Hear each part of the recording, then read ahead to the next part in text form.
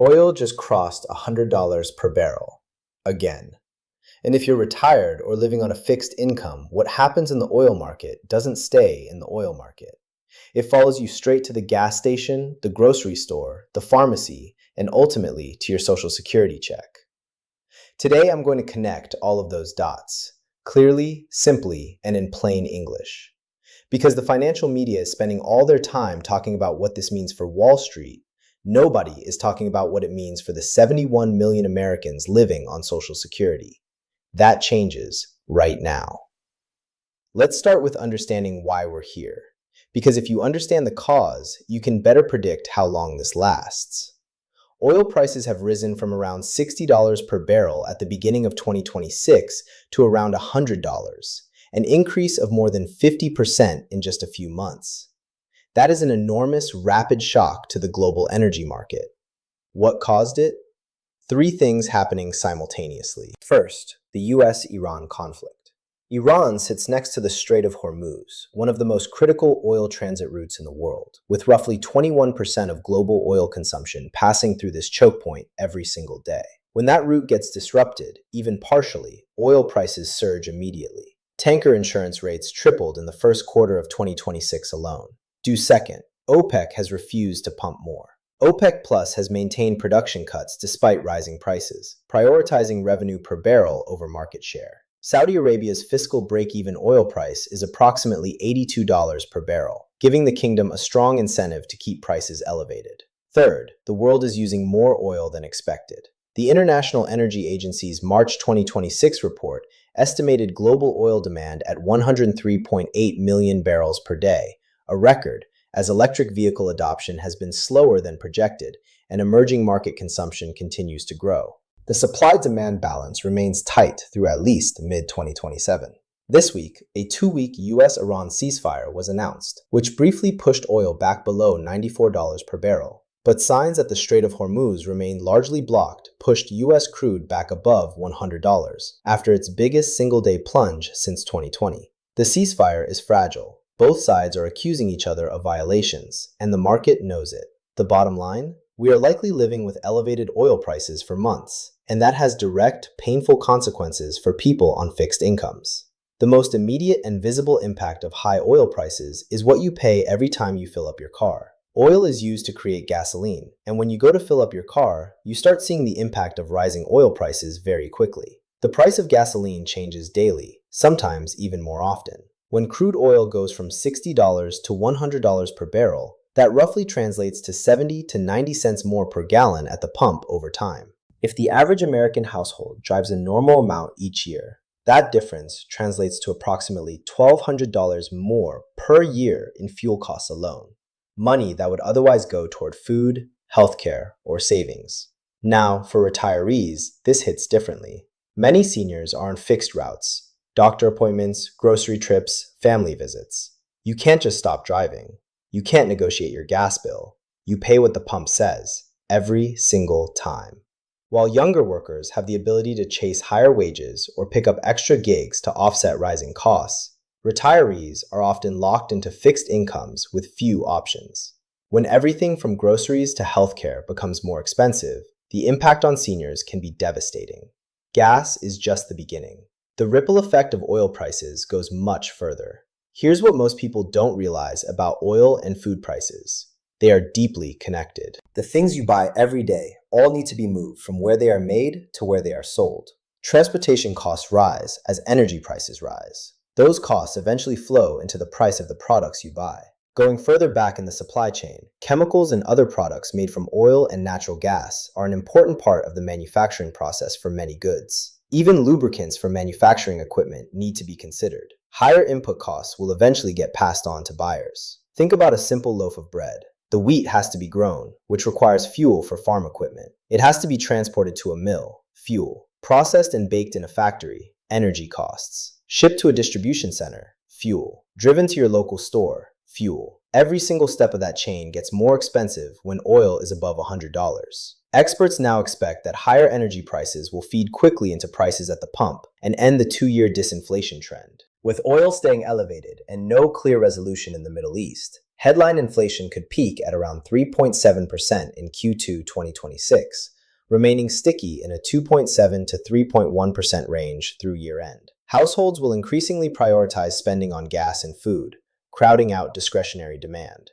For retirees, this is particularly painful because many believe the inflation index used to calculate Social Security COLA doesn't accurately reflect the higher costs seniors actually face, especially healthcare costs in retirement.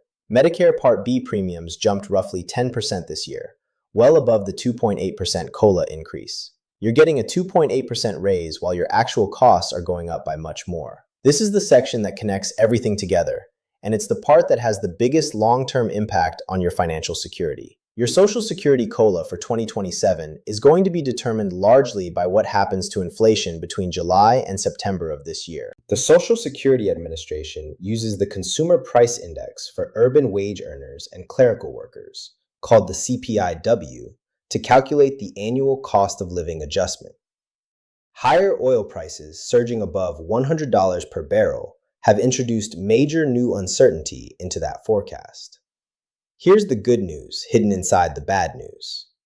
If inflation runs hot through Q3 2026, your COLA for 2027 could be significantly larger than this year's 2.8%. The OECD recently forecast that US inflation will reach 4.2% in 2026, up sharply from its prior projection of 2.8%. The war with Iran is the primary culprit, with tariff policy as a secondary factor. If that inflation materializes in the CPIW during the July-September measurement window, retirees could see a 2027 COLA that is the highest in several years. Now here's the catch that most financial news outlets won't tell you. While Social Security includes annual cost of living adjustments, those increases often lag behind actual inflation. Social Security COLAs are based on overall inflation data and may not match specific rising costs like healthcare or housing, which grow faster than the overall inflation rate. So the scenario playing out right now could mean oil stays high, inflation stays high, your 2027 COLA goes up on paper, but your groceries, gas, and medical bills go up even more, and you're still losing purchasing power despite a bigger check. This is why financial planning on a fixed income is so critical right now. Don't assume a bigger COLA solves the problem. It helps, but it may not be enough. There is one silver lining worth mentioning. The minutes from the Federal Reserve's last FOMC meeting showed that policymakers are now more inclined toward rate hikes as they fear the ongoing conflict could trigger inflation. But the ceasefire news briefly revived bets that the Fed will cut rates in 2026. If the Fed eventually does cut rates, that's good news for savings account interest, CD yields, and anyone carrying variable rate debt. The FOMC meeting on April 28th and 29th will be a critical moment.